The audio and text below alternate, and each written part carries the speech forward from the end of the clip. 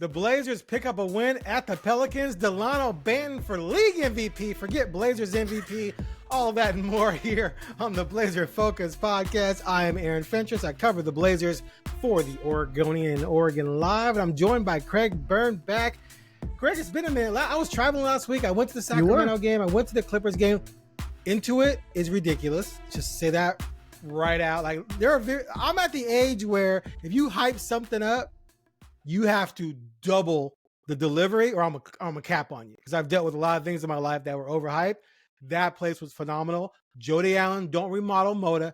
Just blow it up and start over and copy the blueprint. Because that place, and of course, I'm a media member, so I'm going to go straight to the media amenities. But the media dining area was insane. And they had a warning. When it got 10 minutes before tip-off, there was like you have 10 minutes till the start of the event. Please move to your seat so you don't miss a moment of action. And they did the same thing at 5 minutes. Now, that was overkill. I didn't need that because I have a timepiece on my phone. But still, it was like Jurassic Park. They spared I don't need that because I'm a grown-up and I can tell time. But still, it was still kind of cool because you could be eating your soft serve ice cream and forget and go, oh, I better get back out there. Anyway, enough into it. It was what's it called? The blue wall? Yeah, they have the wall thing, which is kind of overrated maybe, but it was cute. Oh, the circular scoreboard at top. Yeah. Insane. And the Atlanta Falcons have the same thing. So I've seen one of those before when I covered the Seahawks, but that's just ridiculous. You can spend the whole game just looking at it like this.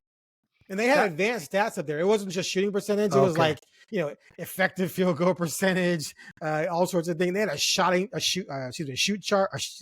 chart. I was just like, wow. Oh, I better watch the game. Anyway. So I will say that's when, the first time in the Cowboys Stadium, now that's antiquated, and they had the largest video board ever. Yeah. It was hard to watch the field. Oh, yeah. Why would you look at the field when I got the most? I'm like, what am I doing? I'm at the game. About the big screen, right? Yeah. Right. Yeah. Like I was on the field for LSU Ducks, and I'm like, stop looking up. You're gonna get hit. Go get hit. You're at the game. You could have done this at home, but exactly. Well, I'm glad it lived up to it.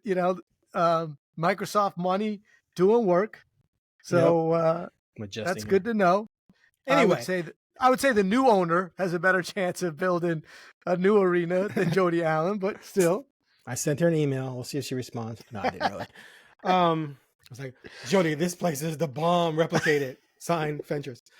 Anyway, but I saw the Blazers for a couple games and they came home. Okay, first of all, it's messed up to make you play the Thunder at home on a Friday night, and then the next day, Saturday, start a 4-game trip at the Suns.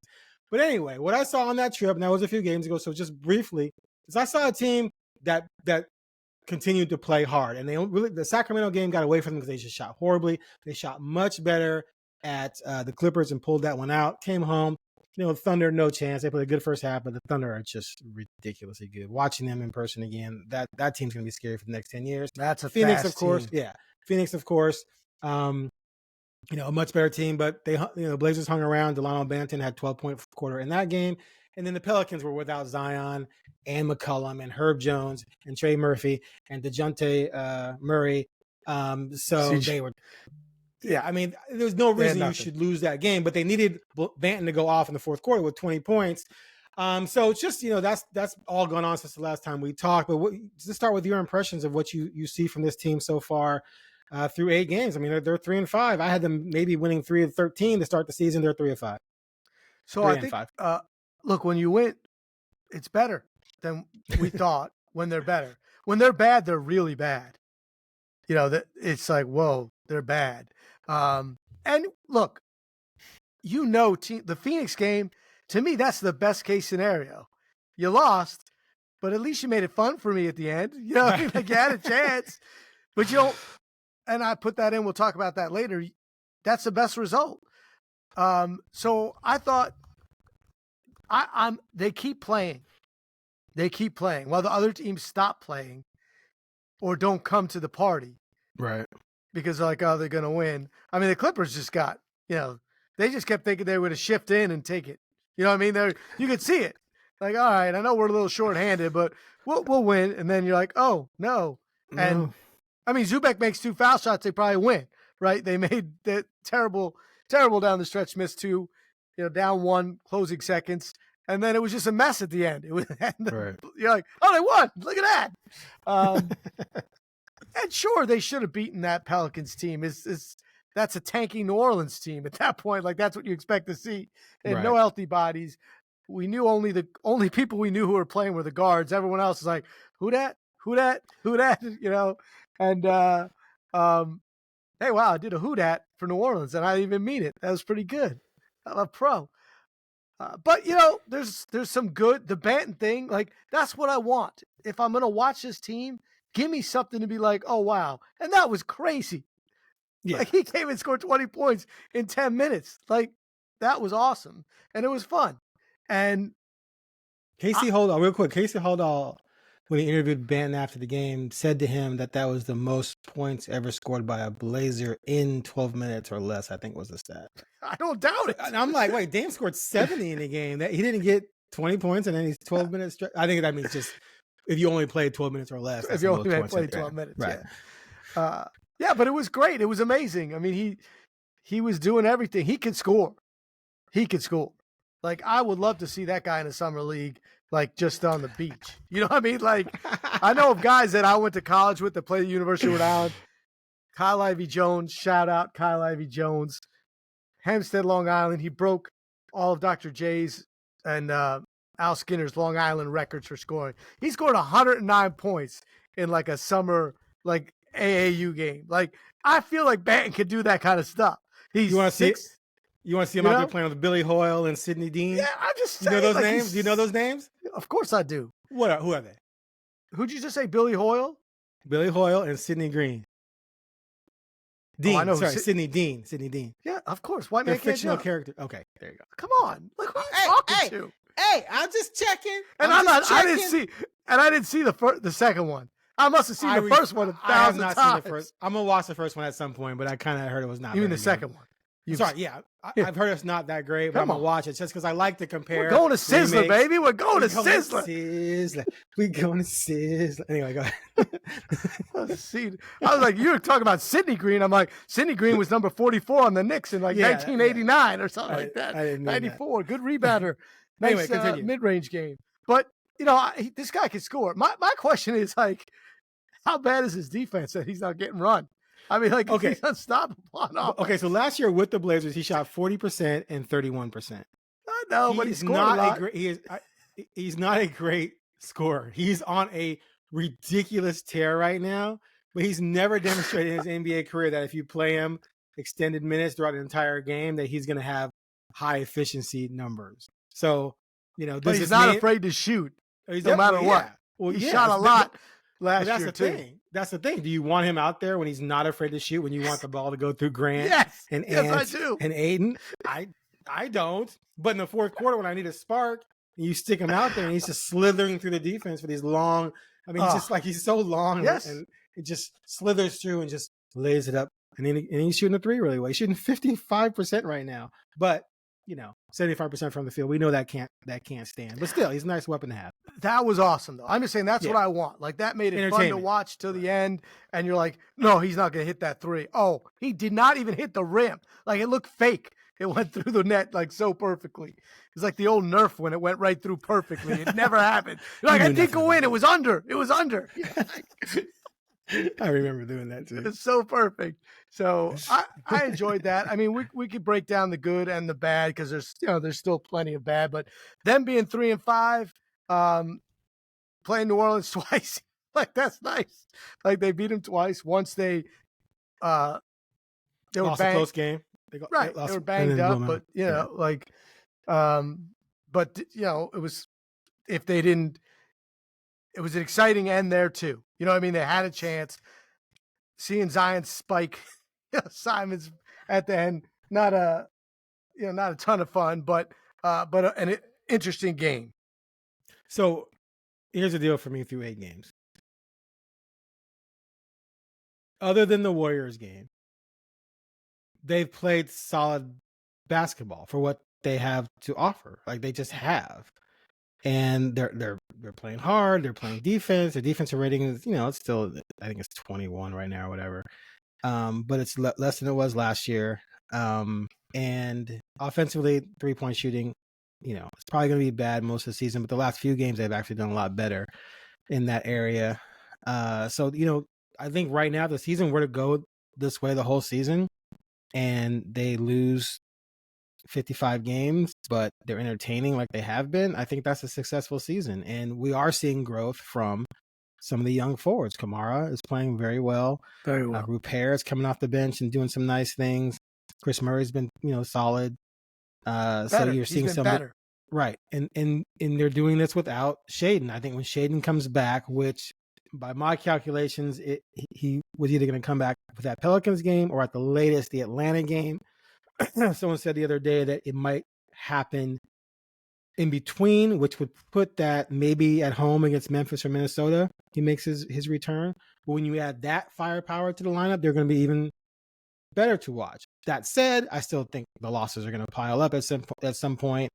They're kind of fortunate right now, I think, to be 3-5, but I think they're playing an entertaining brand of basketball. To me, they don't give up. They're playing hard, and I will give Ayton and Grant credit for keeping up their energy. Double every single night for Ayton.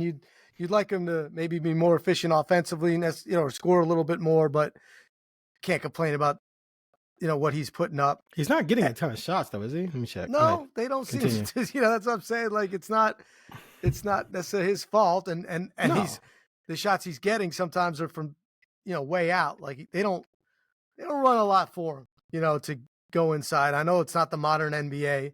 It's not like there's a lot of guys posting up and hitting turnaround jumpers, but so he's been really strong. Grant's shooting's been up and down, but he's been their best offensive player most of the time. So that's the positive, right? Simons has not been good. Even when he's scoring, he's not shooting the way you need him to shoot. So that's Keep talking. That's been disappointing, for him to be shooting 31, almost 32% from three, and he's shooting he's certain 38.5%. Like you can't, that's better. That's going to change though. That's going to change. It's got to. I mean, it's got to. He's better than that. Yeah. And then the Scoot thing, we could talk a little bit about that, but Denny, I put a little list there on our little rundown. It says what's gone right, what's gone wrong. I got Denny on both. Because he's just sometimes it's been awful, right? You're like, how do you miss that layup, right? Like, the layups he's missed at the rim man. They've just been incredible. And then at the same time, you're like, holy crow, he's fast. And he got down court after blocking that shot or causing that and pass for a dunk, right? So to me, you're like, okay, that's a guy who's you want him playing. His hustle's outstanding. And I knew he was fast because you read he's fast, but man, he's fast. I mean, he's lightning fast up and down the court. He just can't shoot much worse than he's shooting right now. 34 from the field, 18 on threes. That's going to change. Even if it becomes 42-33, that's still, I mean, he's shooting 34% from the rim. I mean, it's bad. Like right now, he is really struggling to shoot.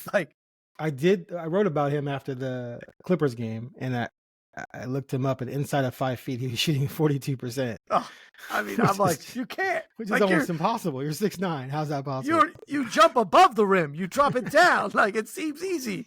So those things, and Kamara's been really good. Really good. I think on both ends. He's still fouling too much because he's so aggressive, right?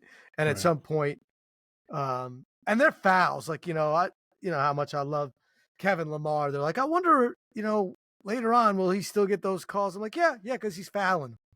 He's mostly fouling them because he's always aggressive and that, in a way that's fine because in a perfect world, he's playing 25 minutes. For a team that's better. And he becomes he's not a 3-and-D guy yet, but he shoot, end of half, Perfect setup from Scoot. Kamara still? Yeah. Okay. Yeah. He's shooting 48% on threes right now. Right. He's looking great. And he's taken 3.5 a game, which is not a ton, but it's not like he's won a game. Of course, that's going to come down. But if he becomes legitimately consistent doing that as your fourth or fifth option, where you're not really supposed to be part of the offense, right?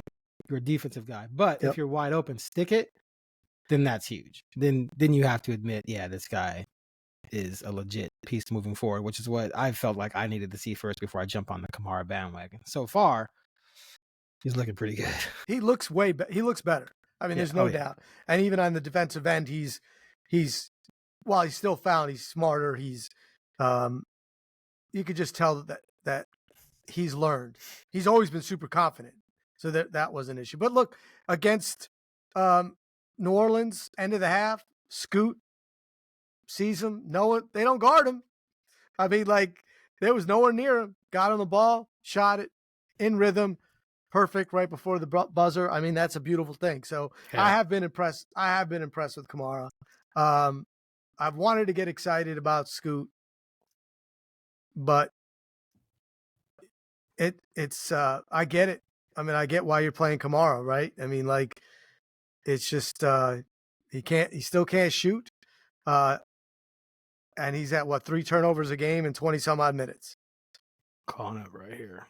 He's shooting 40% from the field, which is up from 38 last year.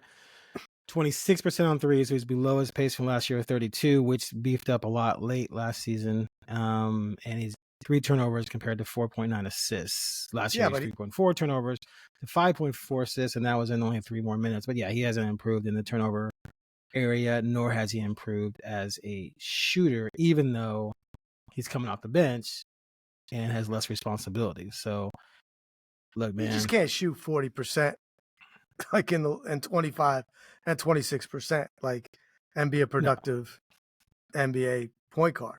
I mean, it's just not a real. It's not a thing. Unless if you were getting 13 assists with 2 turnovers, then maybe you could just say don't shoot as much. But he's not even doing that. Like, he's not even putting. Right, but also it's not 1994. You know what I mean? Like, right. I'm just saying, like, those things you say, show me in a guard, show me someone like that.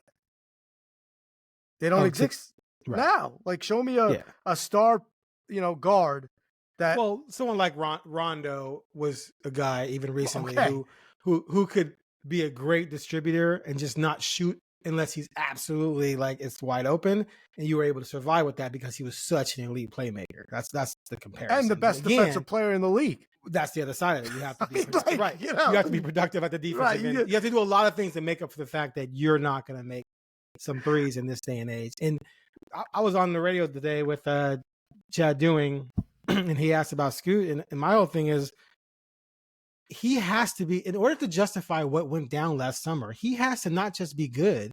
He has to be an 8-time All-Star, 6-time All-NBA guy, a Hall of Famer. That's what he has to be. And that's kind of unfair.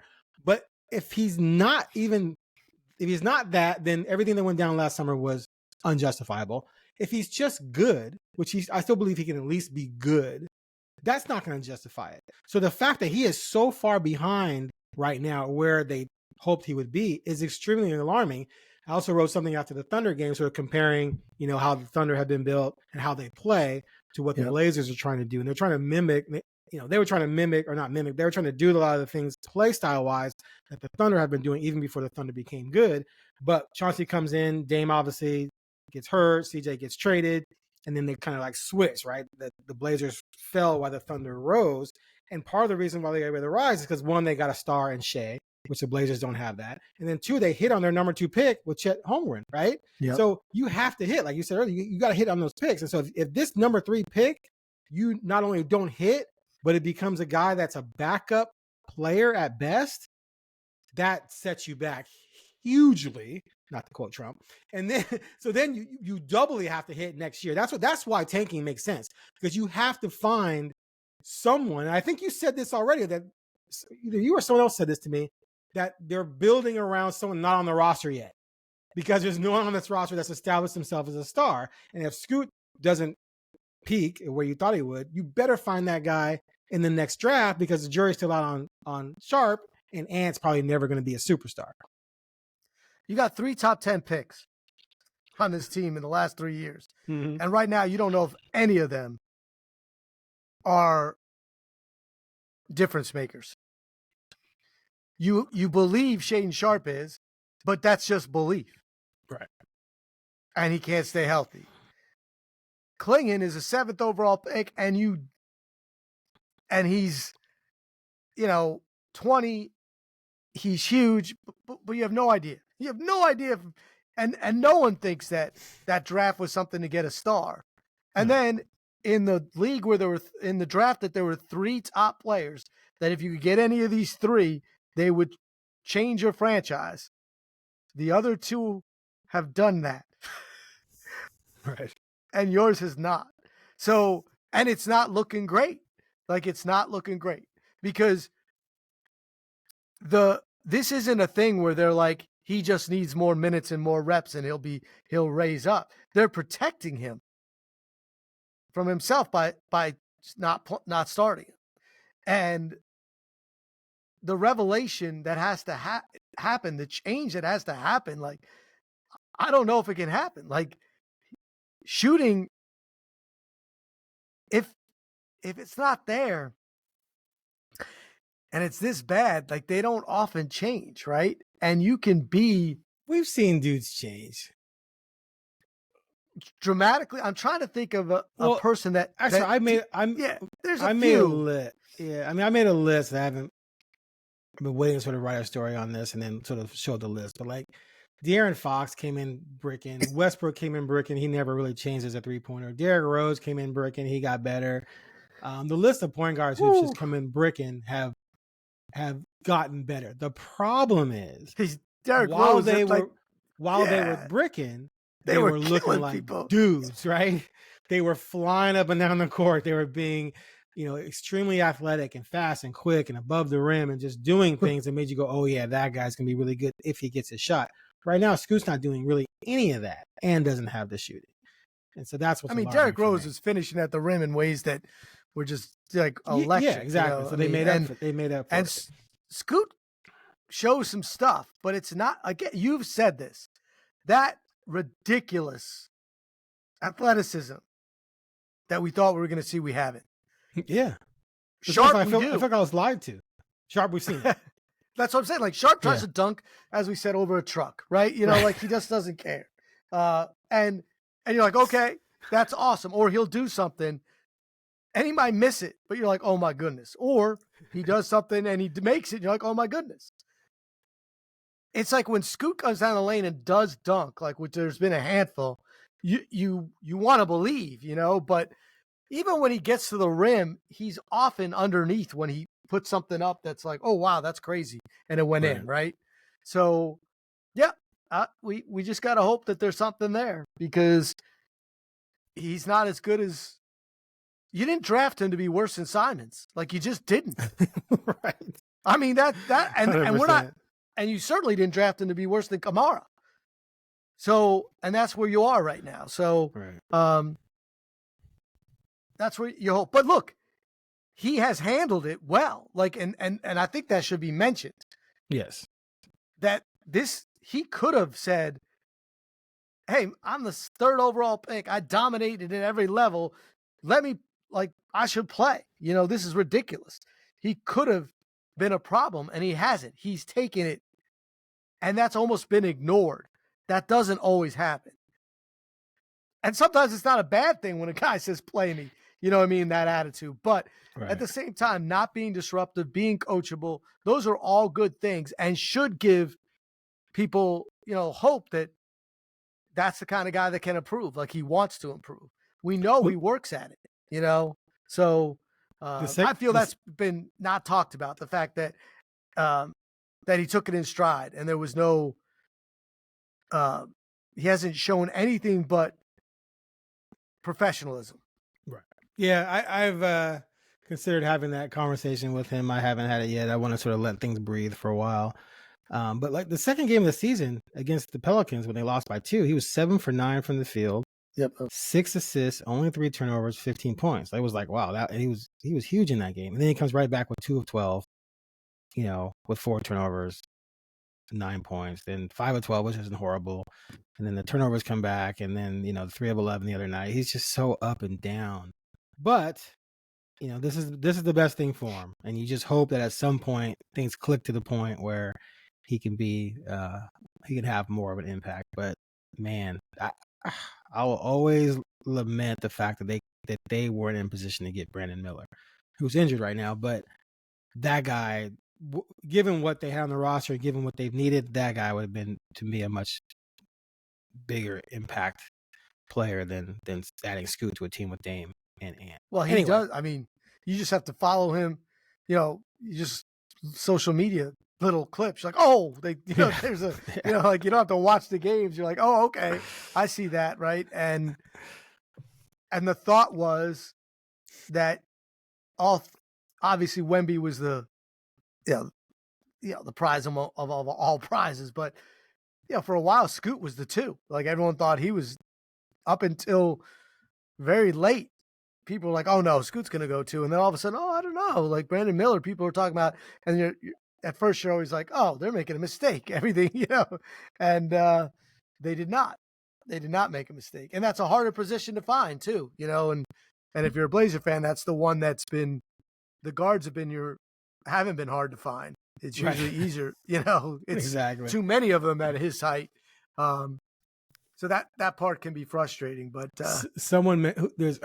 there's a guard in the 2026 or 25 draft. That someone was talking about could be the number 2 pick as opposed to Ace Bailey, and maybe Cooper Flag won't be number 1 or whatever. And I just kind of moan like, good God, not another guard. And they're like, well, you got draft for need. I go, I know. So I draft for best talent, to add talent, not necessarily for need. And I agree. Like I'm not disagreeing. If you're sitting there with the second pick and the best guy on the board, is Dwayne Wade, as opposed to, taking someone that you think is just going to be average. Yeah, you take Dwayne Wade and you're redundant. But it doesn't matter. Like if that's the situation, that sucks because this team is a Dwayne Harper. Right. Looks like this guy, Dwayne Harper, might be. Yeah, Rutgers. Yeah, but he's 6'6". He's a point guard. So imagine drafting a point guard, but at least he's 6'6". Rutgers got two really good players. Yeah, Harper, of course, is they've got NBA family, both the guys on Rutgers. Right. So this is actually CBS's mock draft. They have Cooper Flag, Harper, Bailey. So if you take Harper, who's a 6'6" point guard, now again, if it's Penny Hardaway, right, sitting there, even though you have Ant and Scoot, you're gonna take Penny Hardaway, right? You just are, and you sort it out later. But I'm just saying, as long at least he's not a small guard. But my point being is that this team needs impact at the forward position. They needed Ace Bailey. They needed Cooper Flag. As you said, someone like that. As you said, someone told you, and it wasn't me, but someone was right. This team's building around someone they don't have yet. It wasn't none of these. Who told me that? Go ahead. But like Scoot, you say if you're drafting, I think it was Dwight. Go ahead. If you're drafting that position, or you're even willing to do it, it's because Scoot's not there. But I will say this: I was thinking about this, right? Because of course, as soon as the Blazers start winning, people are like, "Oh no, no Cooper Flag," right? Oh no. And I'm just saying, like, twice. Don't get me wrong.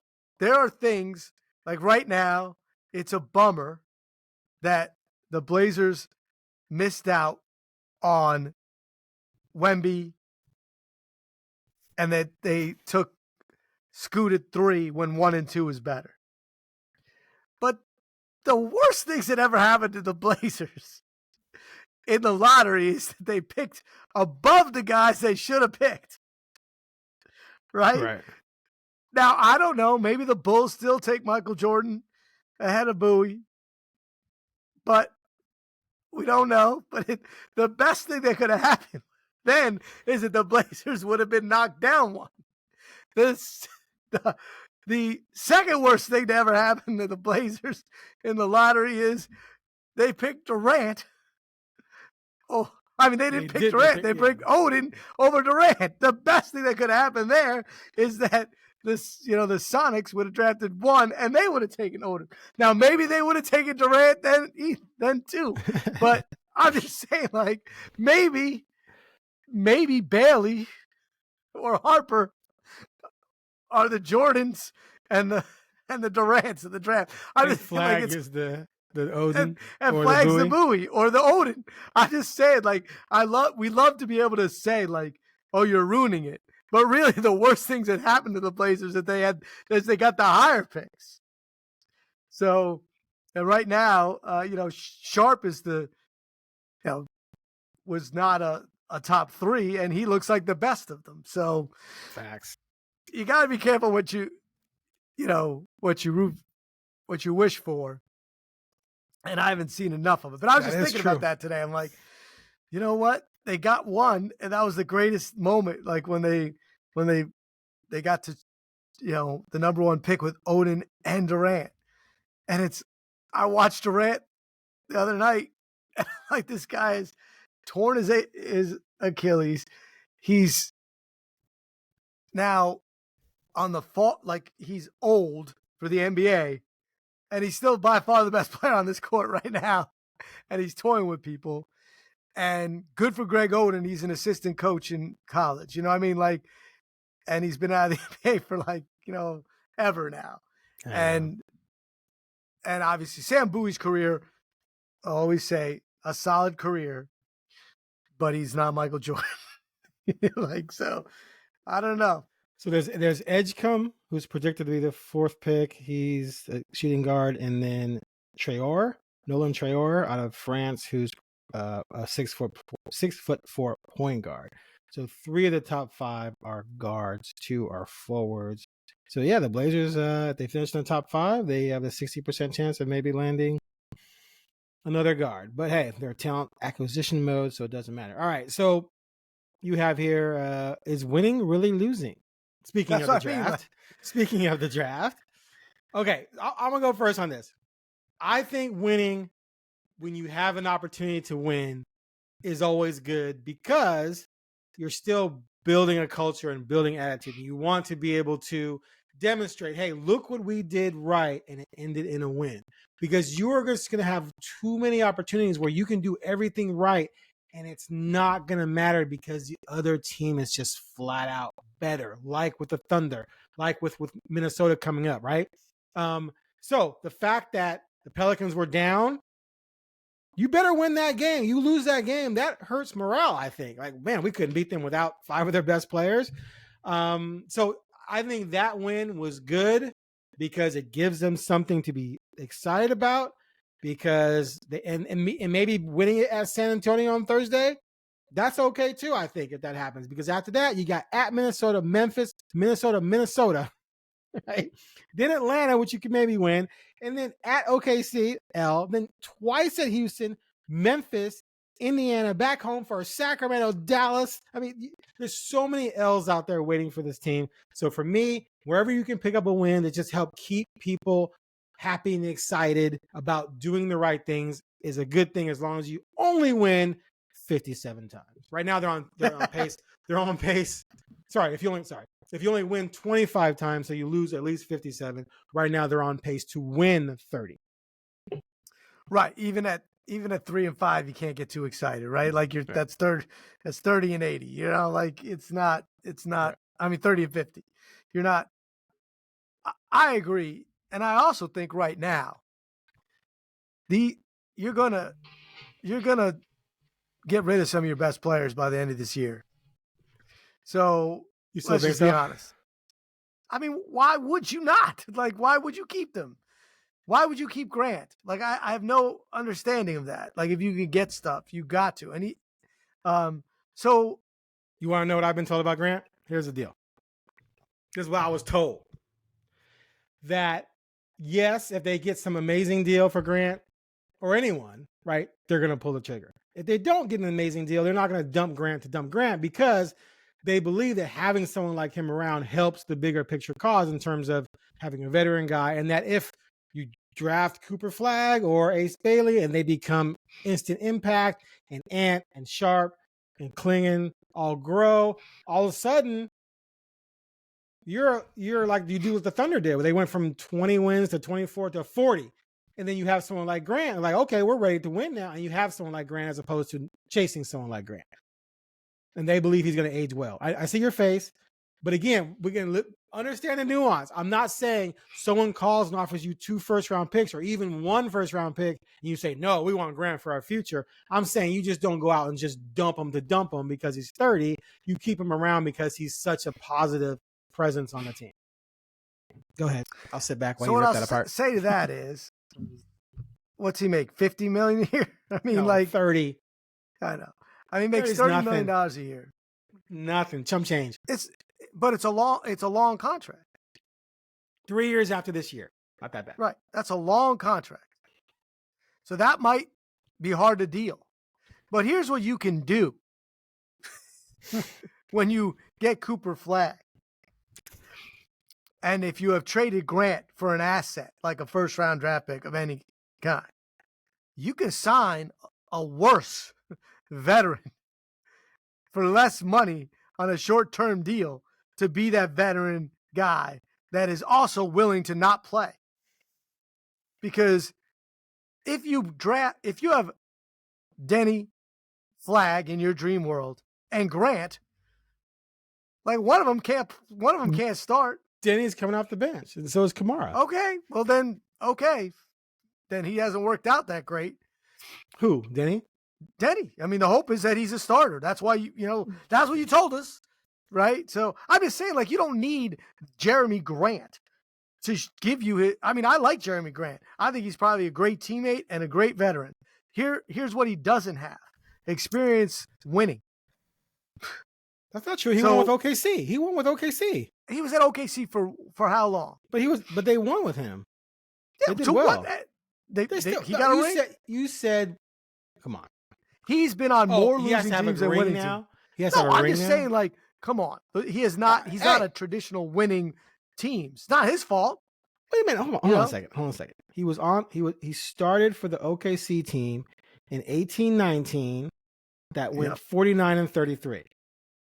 Whoa, that's a great. And then after that, what you?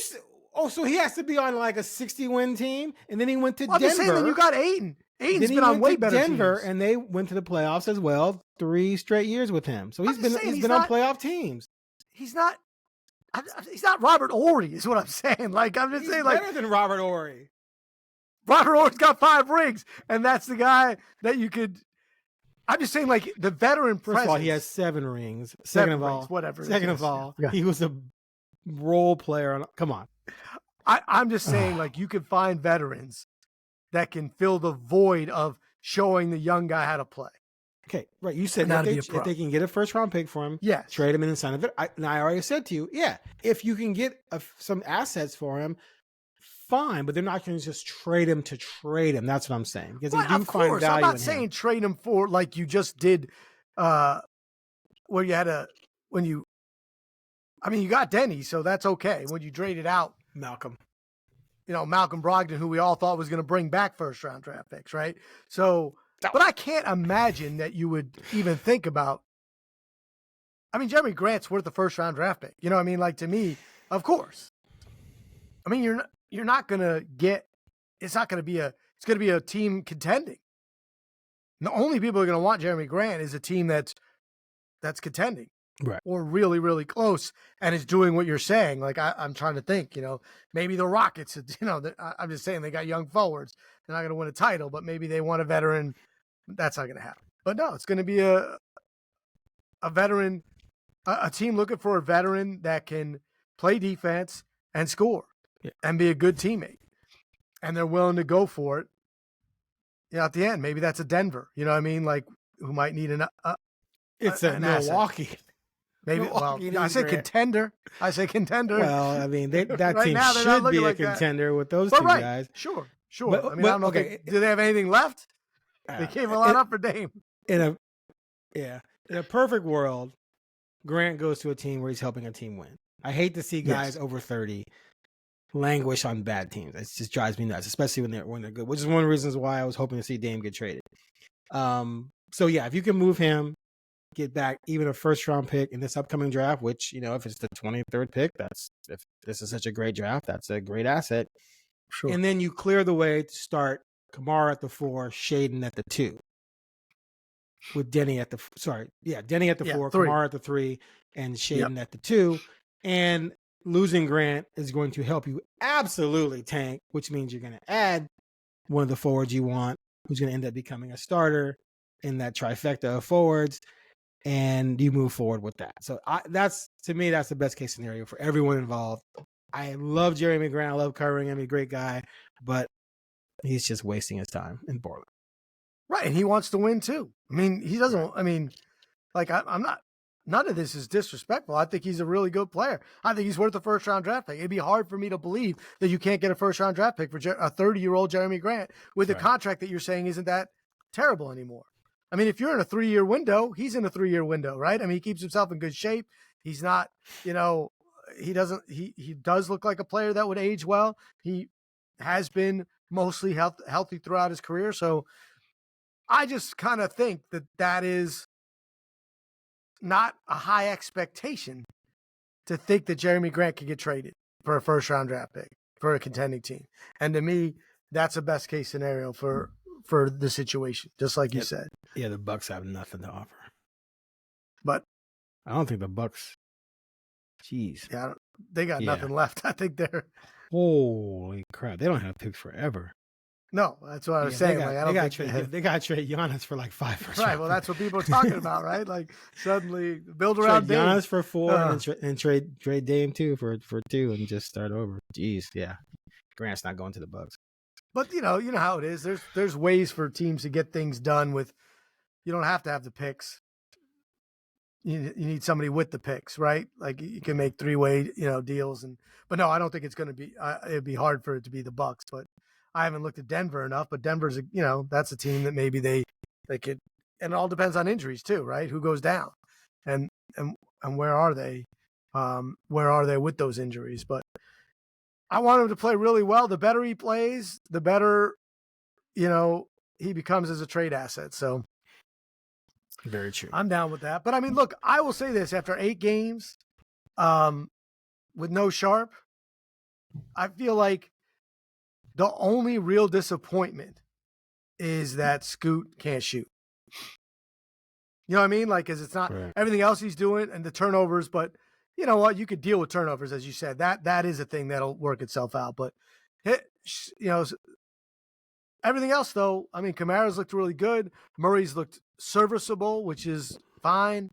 And now, they got another center. He didn't play, but Robert Johnson's back, right? Robert Williams. Who's Robert Johnson?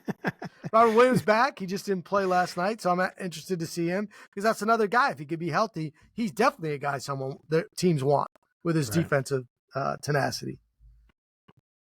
And now they're going to rattle off and go 1-8, and we're going to come back and be like, well. Yeah, that's what you can expect. All right. Well, anything else? No, I think we're good. We got a couple, they got a few days of rest and we some stuff going on and we'll come back in the world. We'll see in the world. We'll come back. All right. Well, thanks for listening to the Blazer Focus podcast. I'm Aaron Fentress. He's Craig Birnbach, and we will be back sooner rather than later and update you on the progress of this rebuilding adventure. Peace.